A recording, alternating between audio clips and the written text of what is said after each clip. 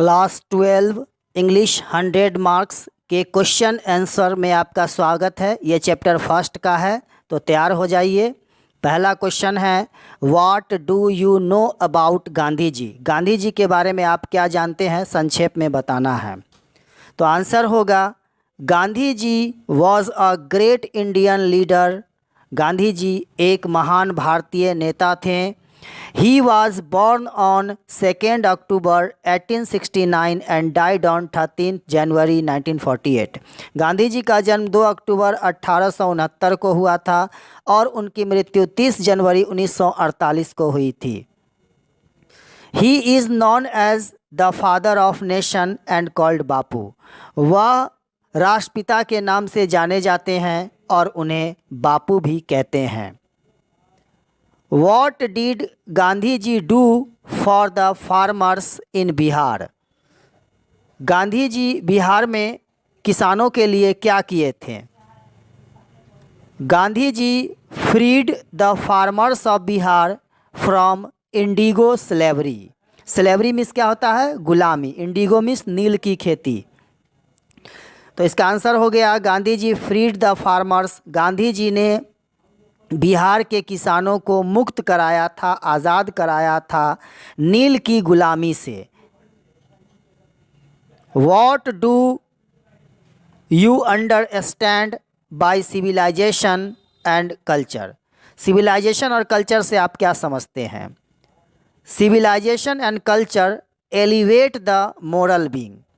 Civilisation and culture यानी कि सभ्यता और संस्कृति नैतिक विचारों को बढ़ावा देती है, ऊपर उठाती है। एलिवेट मीन्स क्या होता है, ऊपर उठाना, बढ़ाना। It shows the path of duty. और यह नैतिकता का राह दिखाता है, यानी कर्तव्य की राह को दिखाता है। What do our holy scriptures tell us about universal human value. Universal human value यानी कि आम मानव की क्या मूल्य है, इसको हमारे पवित्र स्क्रिप्चर्स कैसे बताते हैं, क्या बताते हैं इसके बारे में। All have been created by the same god. और वे बताते हैं कि जितने भी मनुष्य हैं सभी प्राणी एक ही ईश्वर के द्वारा बनाए गए हैं। So there should be no distinction between mankind. इसलिए किसी भी मानव जाति के बीच अंतर नहीं होना चाहिए। अब आगे है अगला 1.2 से क्वेश्चन आंसर, जिसका भी आंसर शॉर्ट में देना है। पहला क्वेश्चन है, how is Indian civilization different from European civilization. जी हाँ, भारतीय सभ्यता यूरोप की सभ्यता से कैसे अलग है। तो आंसर होगा, Indian civilization is based on morality while European civilization is based on immorality. मतलब भारतीय सभ्यता नैतिकता पे आधारित है, जबकि यूरोपीय सभ्यता अनैतिकता पे आधारित है। बढ़ते हैं अगले क्वेश्चन की ओर। Why does Gandhi ji say that mind is restless bird. What makes the mind restless. Gandhi ji ने क्यों कहा था कि दिमाग एक चंचल चिड़िया है, और कौन सी चीज़ है जो दिमाग में उथल पुथल मचाती रहती है। Gandhi ji says that mind is a restless bird because the more it gets the more it wants and still remain unsatisfied. Gandhi ji ने दिमाग को चंचल चिड़िया कहा था क्योंकि इसे जितना भी दिया जाए यह उतना ही चाहता है और फिर भी असंतुष्ट रहता है। यानी दिमाग की पूर्ति आप कितना भी कर दें, कभी यह खुश नहीं होता, दिमाग को और ज़्यादा चाहिए ही होता है। Our excessive indulgence in passions make mind restless. हमारी ज़रूरत से ज़्यादा अपनी जुनून के प्रति डूबे रहना, मशगूल रहना हमारे दिमाग को चंचल बनाती है। Why did our ancestors dissuaded us from luxuries and pleasures? Did they do the right thing? हमारे पूर्वज हमें ऐशो आराम से क्यों मना करते थे और क्या वे ऐसा करके सही करते थे? Actually the happiness and sorrow are the state of our mind. दरअसल खुशी और गम हमारे दिमाग की एक अवस्था है। Luxuries and pleasures make our mind restless. ऐशो आराम और उपभोग हमारे दिमाग को बेचैन कर देती है। So our ancestors dissuaded us from them. इसलिए हमारे पूर्वज हमें इन चीज़ों से मना करते हैं। Yes they did the right thing. अगर वे ऐसा करते हैं तो बिल्कुल सही करते हैं। Why according to Gandhi ji have we stuck with the same kind of plough as existed thousand of years ago? Should we do the same thing even today? Gandhi ji के अनुसार हम लोग क्यों आज वही पुरानी तौर तरीक़ों से जुड़े हुए हैं जो हज़ारों साल पहले थे? क्या उसी आधार पे हम अपनी हल चला तो नहीं रहे हैं? और क्या हमें ऐसे आज भी करना चाहिए? आंसर होगा we should stuck with the same kind of plough as existed thousands of years ago. हम लोग आज भी वही पुरानी चीज़ों के साथ जुड़े हुए हैं और उसी पर हल चला रहे हैं जो हज़ारों साल पहले थे। We should do the same thing even today if we want to be free from slavery and to save our moral fiber। अगर हम अपने आप को स्वतंत्र और गुलामी से मुक्त करना चाहते हैं और स्वतंत्र होना चाहते हैं और अपने नैतिकता को अच्छा रखना चाहते हैं तो हमें आज भी उन्हीं पद्धतियों पर, उन्हीं कदमों के निशानों पे चलना होगा जो हज़ारों साल पहले हमारे पूर्वज किया करते थे। How did our ancestors view large cities? Why were they satisfied with small villages? इस क्वेश्चन में पूछा जा रहा है कि हमारे पूर्वज के नज़रों में शहर की क्या मानसिकता थी और क्या वे अपने छोटे गांव से संतुष्ट थे? Our ancestors viewed that large cities wouldn't be proper place to live in especially for common people। हमारे पूर्वज ऐसा मानते हैं कि बड़े शहर लोगों के रहने के लिए, ख़ास तौर से आम लोगों के रहने के लिए उपयुक्त जगह नहीं है। There are many thieves, robbers and prostitutes in the cities। उनका कहना है कि शहरों में अनेक चोर, डकैत और वेश्याएँ होती हैं। The common people would be exploited there. Exploit means क्या होता है? शोषण करना। The common people would be exploited there. आम लोगों का वहाँ शोषण किया जाता है।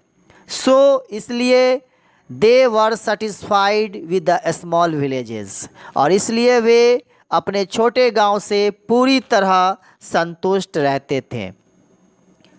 How did our ancestors enjoy true home rule? हमारे पूर्वज किस प्रकार से वास्तविक होम रूल से यानी घर के नियमों से, घर के आचार विचार से खुश थे, कैसे इंजॉय करते थे इसको? Our ancestors performed to live away from the large cities. हमारे पूर्वज पसंद करते थे अपने गाँव में रहना, जबकि अपने शहरों में रहना वे पसंद नहीं करते थे। In small villages they lived independently and followed their agricultural occupations। और गाँव में हमारे पूर्वज स्वतंत्रता पूर्वक से रहते थे और कृषि व्यवसाय को अपना करके गुजर बसर करते थे। So they enjoyed the true home rule. इस प्रकार से हम कह सकते हैं कि वो अपने घर के नियमों से संतुष्ट थे। अब कुछ और इम्पोर्टेंट क्वेश्चंस हैं, इसको भी हम लोग देख लेते हैं। What according to authors is modern civilization? लेखक के अनुसार यानी गांधी जी के अनुसार आधुनिक सभ्यता क्या है, इसकी क्या अवस्था है? अकॉर्डिंग टू द ऑथर, लेखक के अनुसार the modern civilization is the worship of the material. आधुनिक सभ्यता भौतिक वस्तुओं की पूजा है। मतलब लोग पैसे के पीछे, संसाधनों के पीछे, भौतिक उपभोग के पीछे भागते हैं। It is the worship of the brute in us, और यह हमारे अंदर हैवानियत भर देता है और उसी की पूजा होती है। It thinks at every step about the matter, और ऐसा लगता है कि हर कदमों पे, हर स्टेप पे भौतिक चीज़ें आ जाती है और लोग इन चीज़ों के पीछे भागते हैं अपनी ज़रूरतों को पूरा करने के लिए। So it is material civilization out and out, और इसलिए यह पूरी तरह से जो सभ्यता है वो मटेरियलिस्टिक हो गई है।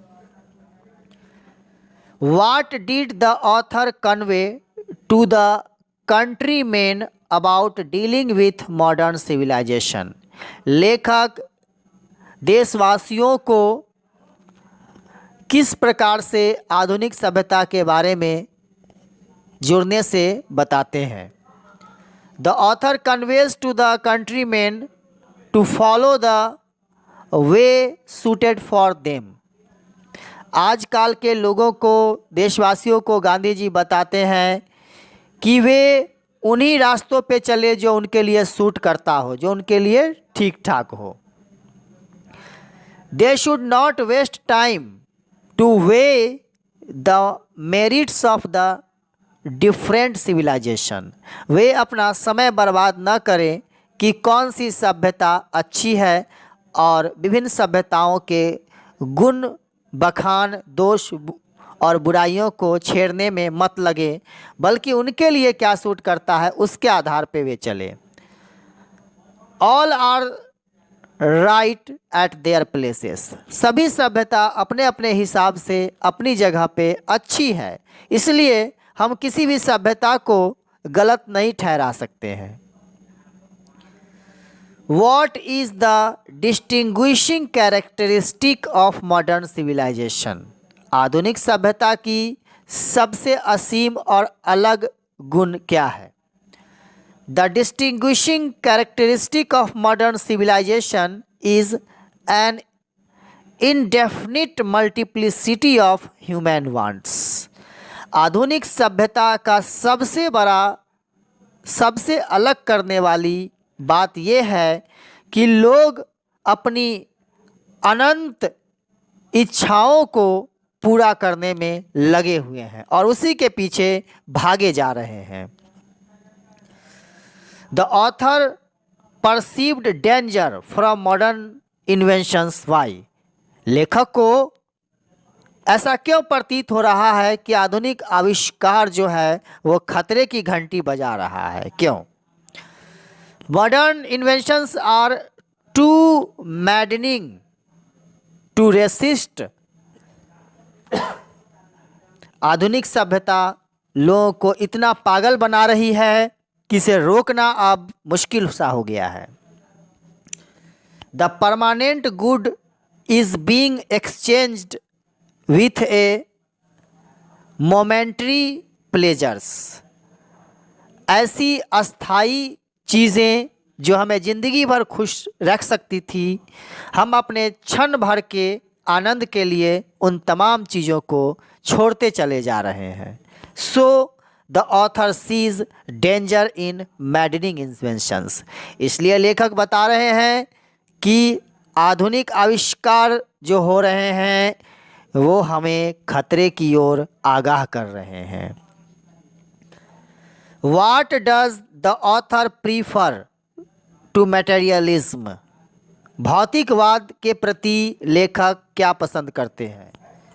The author is not fascinated with the material progress. दरअसल लेखक फैसिनेट मीन्स क्या होता है? आकर्षित होना। दरअसल लेखक आधुनिक विकास की तरफ आकर्षित हो ऐसा वो नहीं सोचते हैं। To him it seems to be dangerous. और उन्हें तो ये लगता है कि आधुनिक सभ्यता जो मनी और मटेरियलिस्टिक ऑब्जेक्ट के पीछे भाग रही है वो खतरनाक है। So he wants to keep himself away from materialism. इसलिए कवि अपने आप को इन भौतिकवाद से तो दूर ही रखना चाहते हैं। ही प्रीफर्स स्पिरिचुअलिज्म। और कवि आध्यात्मिक जीवन को ही अधिक पसंद करते हैं। Thank you very much. Wish you all the best बच्चों।